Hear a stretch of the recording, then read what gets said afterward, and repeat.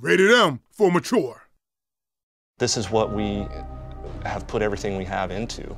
It's basically kind of like, I would say, our Sistine Chapel. It's the project of a lifetime for a lot of us.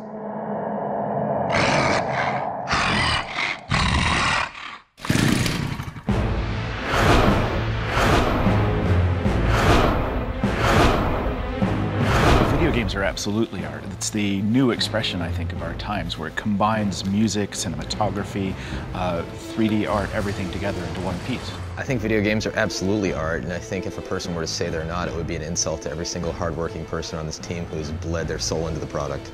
I do think there are a handful of games that could possibly be labeled as the pop art for our generation.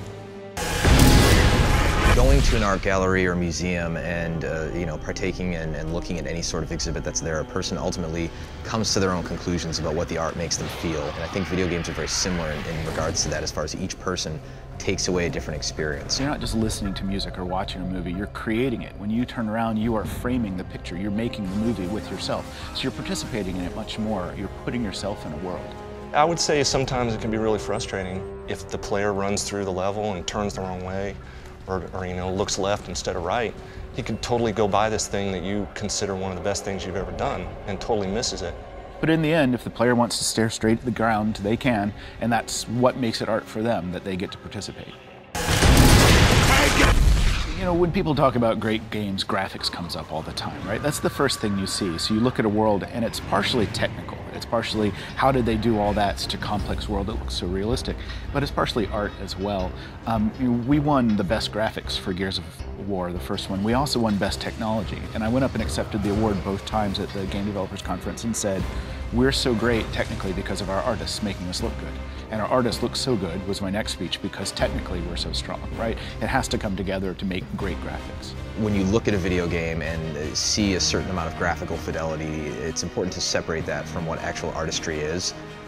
We could render the real world perfectly in certain ways if we chose to, but when we do a game such as Gears, we decide to stylize the universe and we choose to make kind of this pseudo-European environment that's been blown up and a lot of wars have occurred in, with very bulky men and very scary monsters, because that's our artistic design and those are our sensibilities kind of coming through into the game. One of the scenes that personally resonates with me as far as a vista in Gears 2 is the sequence at the beginning of Sinkhole, when Marcus and Dom kind of come out and they see this section of city that's been sunk, and Marcus says to Dom, there it is, the beginning of the end. Early on in Intervention, I think when you step out, there's a kind of a cinematic. You go through Landown, which is kind of a snowy area, and then you get to, you go underground, you hit the grind lift, and you get to go violently through the earth, and your grind lift lands.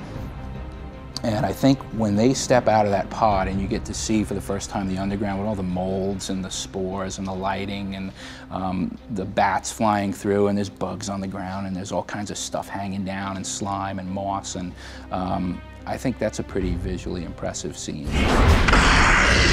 There are a number of influences that personally kind of affected my output creatively working on the product of Gears.